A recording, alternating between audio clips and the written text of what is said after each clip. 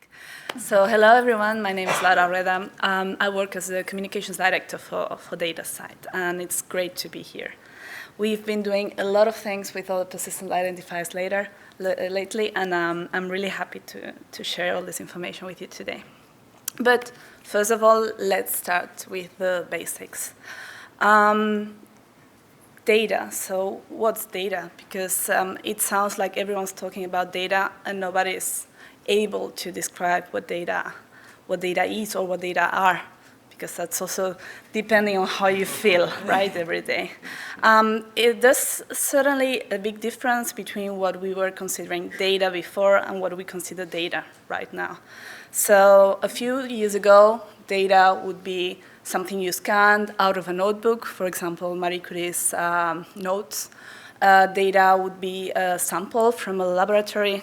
But nowadays, data means 300 terabytes of information obtained from the Atlas experiment at CERN, or just 1 gigabyte of processed information from this very small biology experiment. So handling data has changed a lot in the last few years. And what we need right now is a reliable way to handle and to access this data.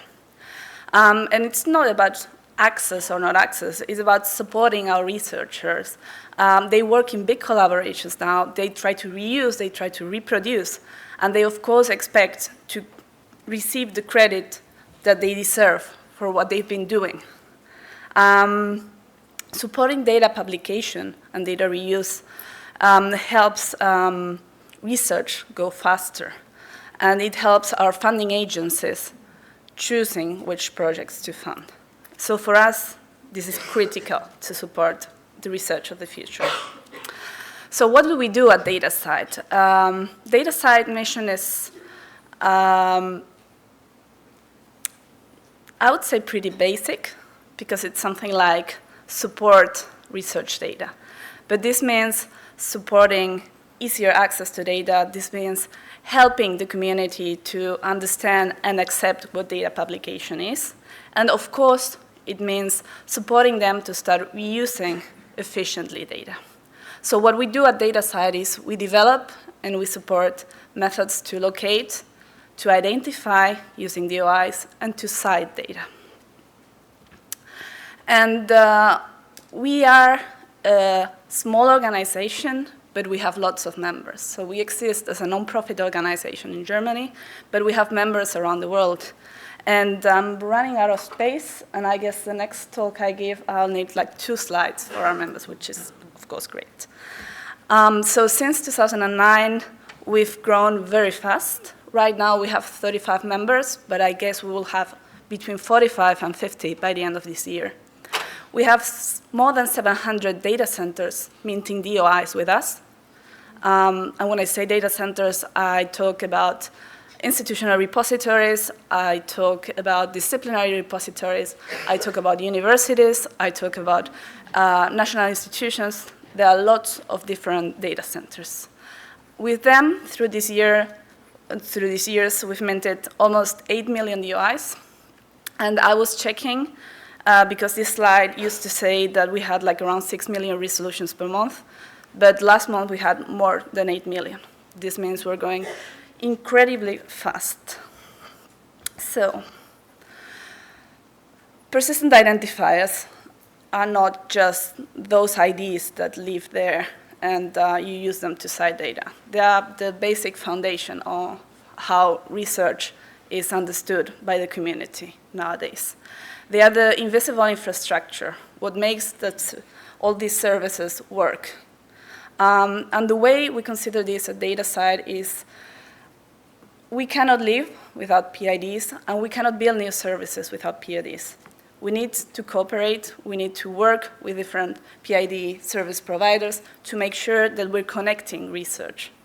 If you only have IDs for your data sets or for your publications, they just live alone in this world. But if you connect them to the IDs you assign to your researchers or to your institutions or to your funders, you will manage to connect this research and make it easy for everyone to browse it, to explore it, and to understand it. For us, being open is incredibly important. All our APIs are open, all our information, all our metadata is open and accessible to everyone. So you're always allowed to query, filter with any kind of subscription or payment. You can always retrieve metadata, and you can always build any service on top of what we're providing. And just to showcase a few of these cool things we've been doing with identifiers, I want to show you a couple of examples. So the first one is what Alice mentioned before, the Orchid auto update. So as we're trying to make our researchers' lives easier, we have been trying to design services that will generate automatic workflows. And this one is what I consider something great, which is I submit a publication or I submit a data set to a repository, and once it gets published, someone will assign it a DOI.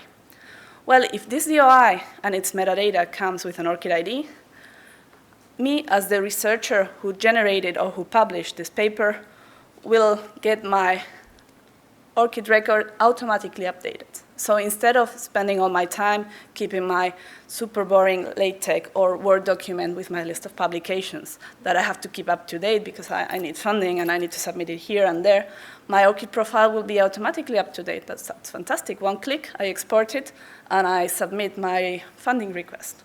That's great. That's easy. That's what our researchers need, because they are not librarians, or they are not computer scientists. All they want is to do their research and get some help to run it. There's another great example of these IDs connected, and this is what we're calling lately cross-ref event data and data-side event data. So you know cross-ref is doing more or less what we do, but for the traditional publications, preprints, and all sorts of text-based research outputs. So their metadata and our metadata contain links to related objects. So if you publish a paper and you have the underlying data that you submitted to a repository, there's usually a link connecting these two objects. And we can, of course, start tracking all these links.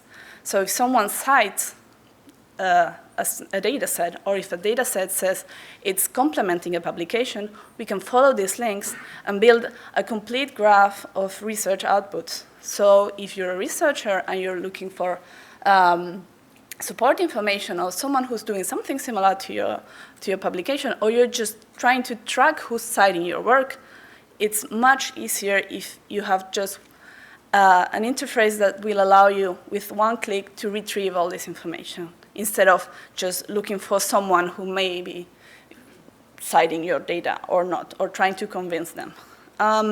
So these two services, Crossref and data-side event data, are being built right now.